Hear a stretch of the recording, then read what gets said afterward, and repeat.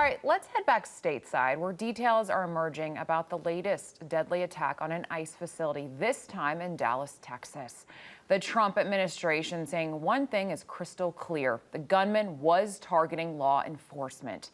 Now, the FBI was on scene, revealing that the bullets had the words anti-ICE etched onto them. Vice President J.D. Vance made it clear what he thinks the motive was.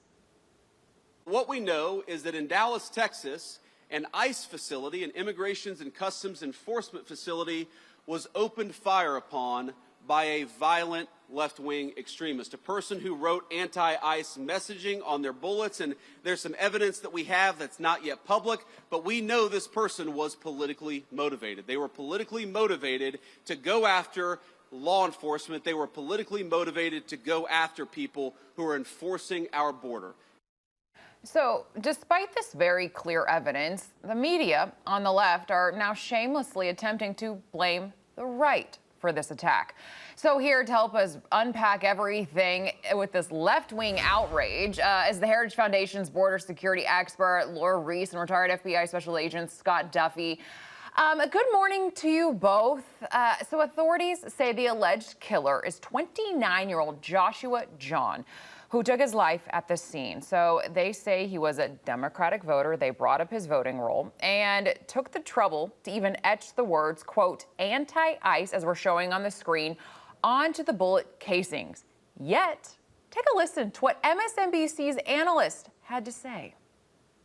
Can't just assume by that what was written on that shell casing that that's necessarily his motivation. He could have been doing that to thinking it was funny, trying to put law enforcement on the wrong track.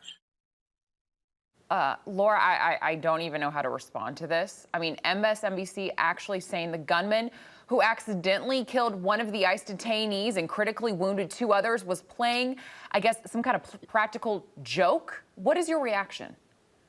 Yes, this isn't funny.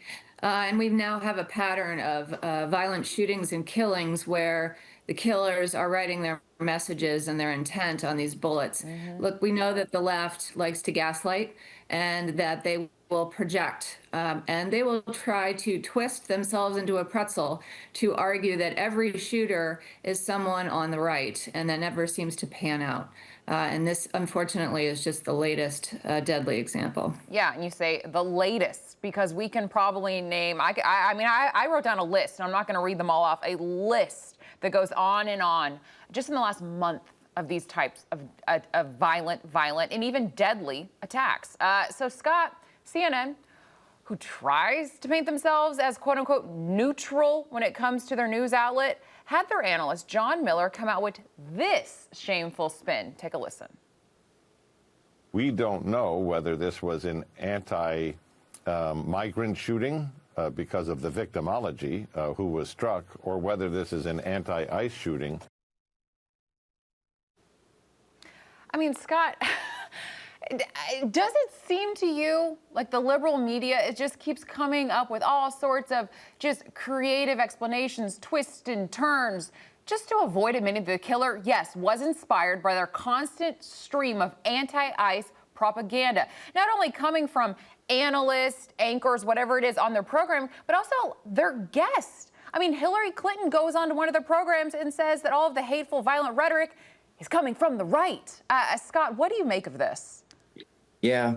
Good morning, Alex. It's a lack of stating the obvious, and we have seen this type of violence with regards to the Charlie Kirk assassination, with regards to the Minneapolis shooting, and then of course yesterday with the Dallas shooting, and then writing your messaging on bullets or cartridges, your magazines. It is consistent with the message, and the message is clear. And so the FBI is going to follow the evidence. And ultimately, the motive always lies within the mindset and the heart of the shooter. And in this case, the shooter is deceased. But it is consistent. And the evidence at this point lays out this individual was targeting ICE individuals. Mm-hmm, definitely. Anti-ICE hate. And so thereby, this is very consistent. And ultimately, I think the evidence is going to lead down that same path. Yeah, I mean, I have to completely agree with you. But Lora, This isn't even the first time ICE has been attacked in Senator Ted Cruz's home state of Texas. So he's now calling for leadership on both sides of the aisle to end this. Let's take a listen to what Cruz had to say. Violence has no place. It is wrong. And we should come together. If we want to have a debate about immigration policies, we can do so in the halls of Congress without demonizing each other, and especially without demonizing the men and women who every day put on a badge and go risk their lives to keep us safe. You know, Laura, this is obviously a countrywide issue, but if you want to specifically look at Texas, you know, we heard Tom Homan, who was on Rob Finnerty's show, said Texas has been attacked 3 times with ICE facilities. This same exact Dallas ICE facility has been attacked now twice in the span of a month.